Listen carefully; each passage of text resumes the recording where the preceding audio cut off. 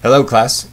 Today we're going to learn about Book 7 of the Confessions. And I apologize that this is a less than glamorous video presentation. It certainly is not going to do justice to Book 7 in any conceivable way, because there is a lot going on in this really important book.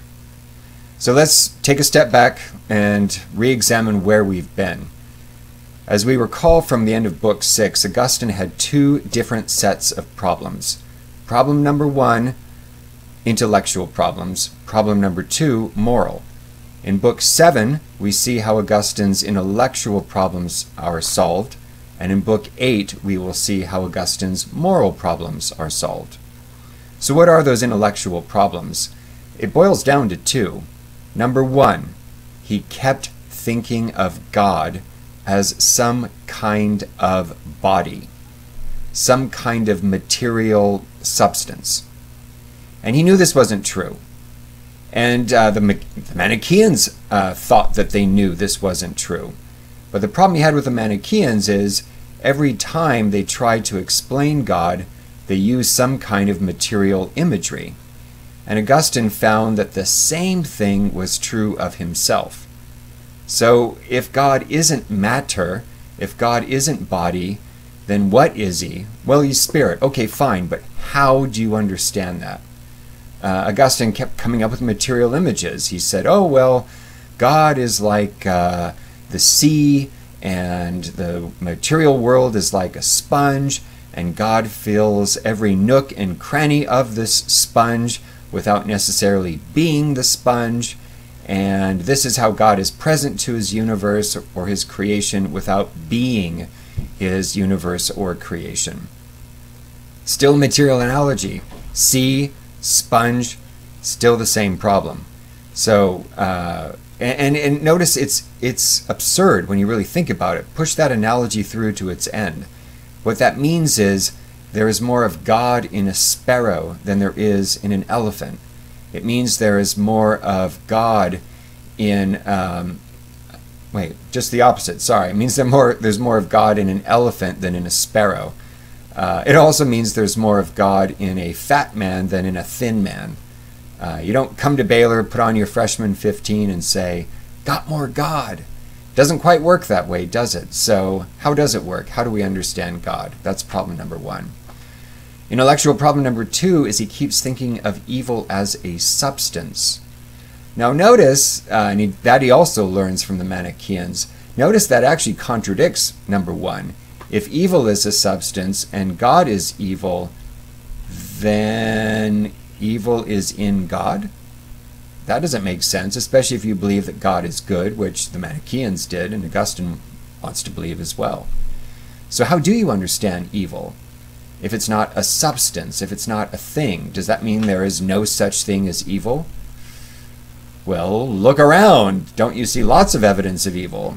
Hasn't modern history provided lots of evidence of evil? So where does evil come from? Does it come from God? But how could it come from God if God is good? It comes from human free will. It's our own freely made choices. Yeah, but doesn't our free will come from God? So isn't God still somehow responsible? Evil is surprisingly difficult to understand. So these are the two problems that Augustine has. And the question is, how does he get out of it? His answer, besides reading the books of the Platonists, is quite surprising.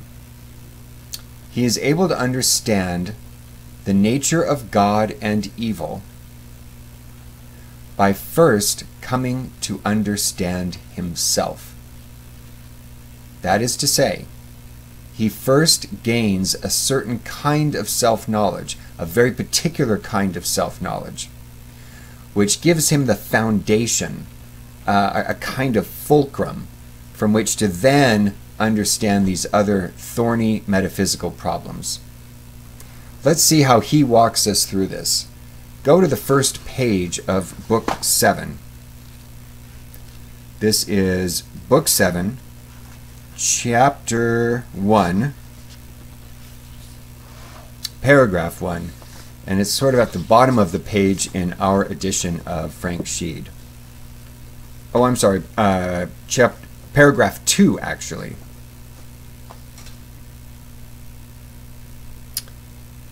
Actually, no. End of paragraph 1.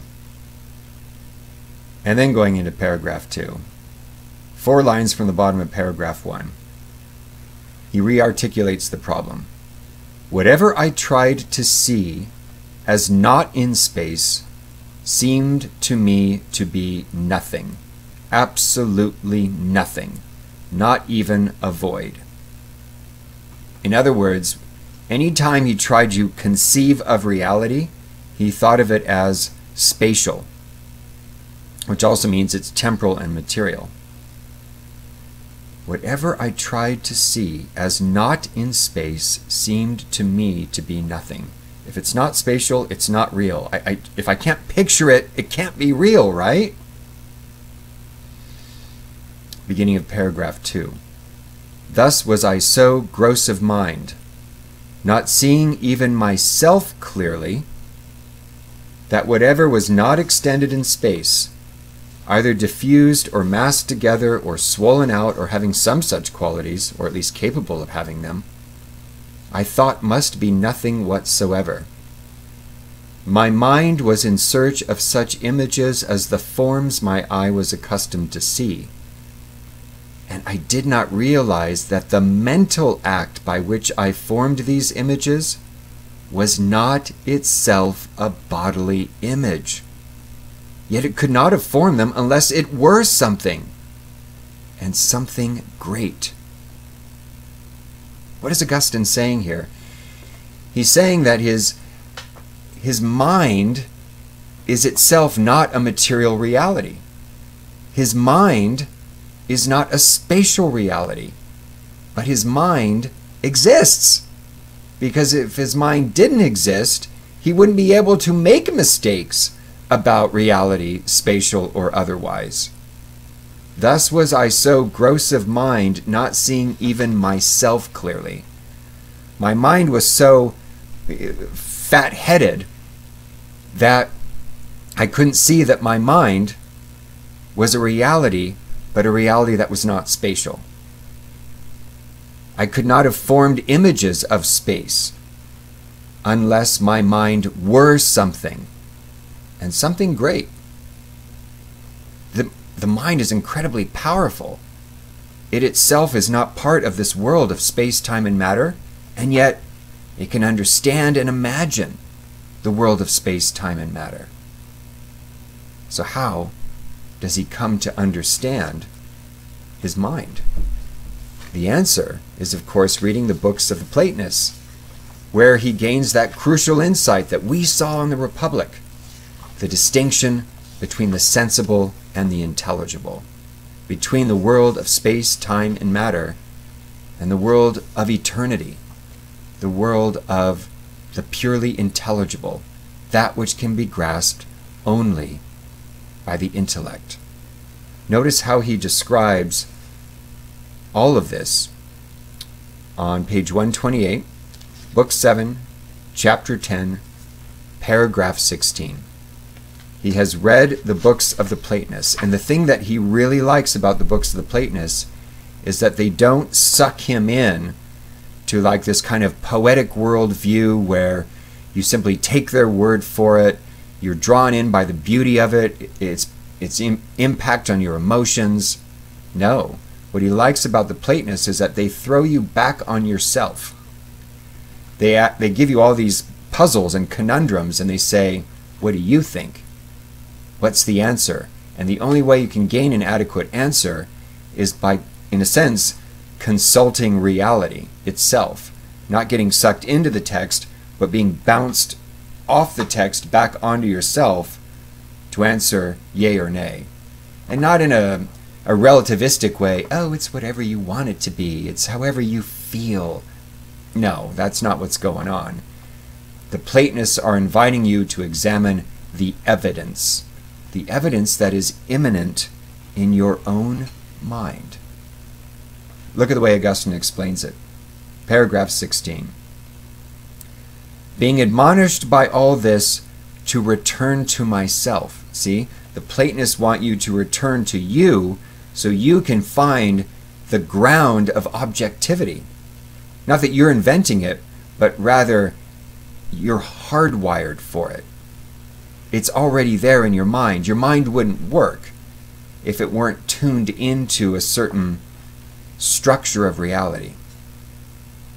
Being admonished by all this to return to myself, I entered into my own depths, with you as guide, you, God, as guide. And I was able to do it because you were my helper. I entered, and with the eye of my soul, such as it was, I saw your unchangeable light, shining over that same eye of my soul, over my mind. It was not the light of every day that the eye of flesh can see, nor some greater light of the same order, such as might be, if the brightness of our daily light should be seen, shining with a more intense brightness, and filling all things with its greatness. Your light was not that, but other, altogether other than all such lights. Nor was it above my mind, as oil is above the water it floats on, nor as the sky is above the earth. It was above because it made me, and I was below because made by it. He who knows the truth knows that light, and he that knows the light knows eternity. Whoa!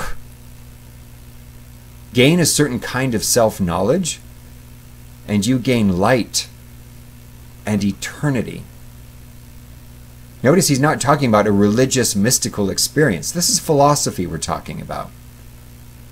But a certain kind of self-knowledge gives you a window into eternity. Notice the pattern that this paragraph describes. It's a pattern of outer, inner, and upper. That is to say, Augustine starts with the outer world. Somehow, I'm able to know and imagine things around me. I see the exterior world and I recognize it or I judge it. I picture it, I remember it. But if I'm doing all those things, there is a power in me that's capable of doing those things. The world around me is amazing, but I have a power that's capable of knowing this amazing world. And so, from this consideration of the outer, I move to a consideration of the inner. What's going on in me? I must somehow have a mind. That may seem rather obvious, but how many of us use our minds all day without ever adverting to the power of the mind itself? The most powerful tool we use in our lives, and we barely think about it. We barely think about how it works. We barely think about thinking. We just do it, ironically, unthinkingly. So we have this amazing power to know. But where does that power come from? It's not self-generated. For example, I can't force knowledge. I can study really hard, but you ever have that experience of getting an insight? You can't force it, right? That it's either there or it's not. And if it's not there, you can try to get it going, but when an insight comes, when you have that eureka moment, it's like a gift. It's almost as if it comes from beyond, right? It comes as a gift. This is what leads Augustine to the consideration of the upper. My mind is a powerful thing, but it didn't create itself. It didn't constitute itself. It's somehow running a certain way. It's somehow being fueled by something bigger than me. And he calls that thing bigger than him the light. And the light is God. Think of the opening prologue to the Gospel of John. The Word, in the beginning was the Word, and the Word was with God, and the Word was God. The Word was the light that enlightens every human that comes into the world. Not just every believer, not just the light of faith, St. John is saying, but the light of knowing. God enlightens every human being to become a Homo sapiens, a knowing creature. Our minds are somehow our participation in the divine nature, in the divine light. Outer, inner, upper. I recognize myself as a knowing creature. That means I have a mind that's capable of knowing. And this mind is somehow tapped into an eternal light above it. Wow. And that also means that this mind is not a part of the world of space, time, and matter. Or to put it to you a different way, the mind is not the brain. The brain is an organ. The brain fits within my skull. And it's part of the world of space, time, and matter. Now, certainly the mind, the human mind, makes great use of the brain. And if the brain gets damaged, God forbid, then the operations of the mind will indeed be affected. But just because the mind makes use of the brain does not mean that the mind is the brain. You cannot reduce the operations of the mind to the functions of the brain. At the very most, what neuroscientists can do is trace the impact of thinking on the brain. Little neurons firing, and the front lobe does this versus some other part. Sure, and that's good stuff. But that's not the same as causing thought. Thought is different from matter. Mind is different from brain. The mind is a purely intelligible reality. It is not a sensible reality. Which is to say, if my brain fits inside my skull, but my mind doesn't. There's a way in which my mind does not exist somewhere. But it does exist. It doesn't exist somewhere in the sense that it's not spatial. But it clearly exists. If it didn't exist, I wouldn't be able to make good observations or bad observations about mind or brain. This is the insight that Augustine is having, and it's a tremendous insight. So, this insight also gives him an insight into the nature of God. If I can understand, however remotely, that the mind is an intelligible reality, I can also understand that God is an intelligible reality. Now, I'll never understand God as clearly or distinctly as I understand the mind. But the key point is that I can at least understand how God is spirit, how God is not body. How can I understand it? Because I can now understand how my mind is spirit and how my mind is not body. Notice how Augustine describes the light. It was a light shining above his mind. But he goes on to say, when I mean above, I mean it's superior to my mind. But it's above not in the sense that it's spatial. It doesn't float above me like oil floats above water, nor as the sky is above the earth. But it is above me. Its aboveness, so to speak, is real, but its aboveness is an intelligible reality, not a spatial reality. Wow! Augustine has solved the first problem. If I understand my mind, if I know my own knowing, I can know something, however dimly, about the nature of God as spirit and not as matter. This also gives him an insight into the second problem, the problem of evil. Augustine is able to realize that God is good and that everything that God created is also good. The heavens are good, the earth is good, our human bodies are good, all creation is good. So where does evil fit in? Evil is not a good, Augustine realizes. Evil is a privation of a good. Evil is, in a weird way, a living subtraction. It is a negation of something that's already there. When man sins, he doesn't add to the store of creation, he subtracts from it. He deprives. He deprives his own self. Remember that image of Augustine becoming a wasteland, negating himself, subtracting himself, becoming more nothing? That's the nature of evil. It is not a substance, but a privation of a substance. It is a lack. Now that may sound weird, but this goes back to this knowing of the mind. There is a category of knowing that perfectly conforms to this. Evil is not unique as being a weird kind of privation. We see this in mathematics. Square roots, for example. Like the square root of 2 in mathematics is called a surd, or an irrational number. Do irrational numbers exist?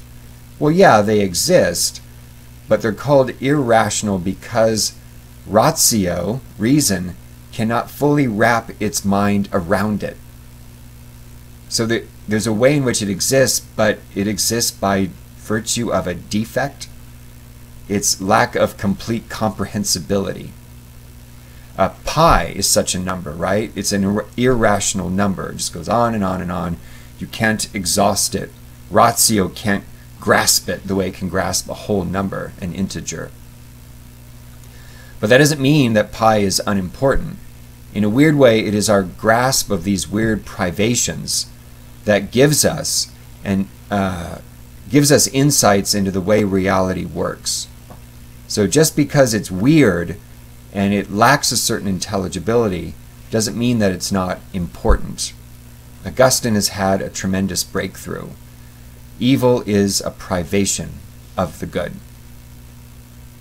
And he's learned this all thanks to the Platonists. And he shows enormous gratitude to them. And the last part of Book 7 is dedicated to an analysis of their thought. And he's grateful, but he's also critical. Augustine, after reading the first part of Book 7, you might be thinking to yourself, well, if the Platonists are so great, then why don't I just stay a Platonist? Why don't I just stay a philosopher? Why do I need Jesus Christ? Why do I need Christianity? I can learn the difference between the sensible and the intelligible without believing in the Gospels. Augustine goes on in the rest of Book 7 to explain why. He uses the prologue to the Gospel of John. He says he's amazed at how much the Platonists did understand about the true God.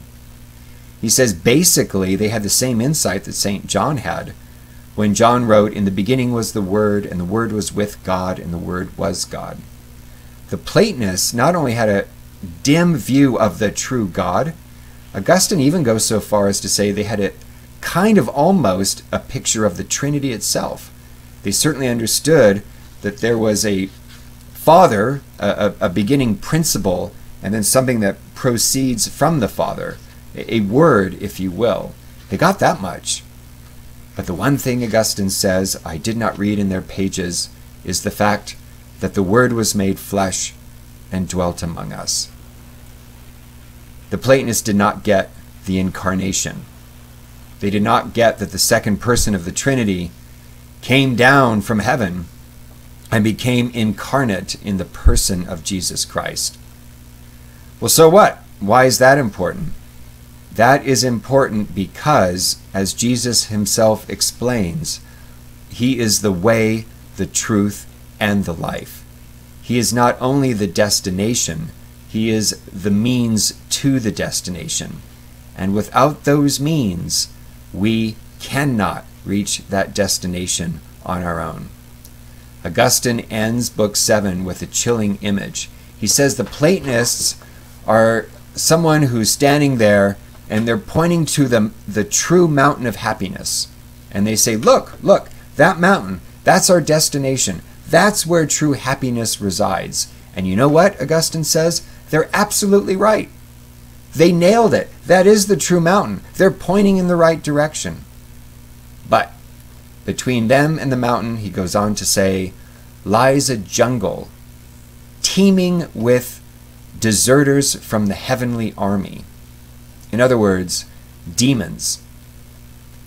And you're going to get nailed as you try to make your way to the mountain of true happiness. You're not going to make it on your own. There are too many obstacles. The problem with the philosophers is they talk a very good game, and what they say is accurate as far as it goes, but they can't make it happen. They talk a good game about virtue, but they can't make us virtuous. We can't make ourselves virtuous. The odds are too great. And so, this is why Christ has come among us. Jesus Christ is not simply the destination. He is the means to it. He's not simply the mountain of true happiness, but he paves this 8-lane highway between us and himself right through the jungle to guarantee that we can get there. The Platonists do a great job in helping us see what matters the most, but they cannot bring it about. And that is why we need the light of faith.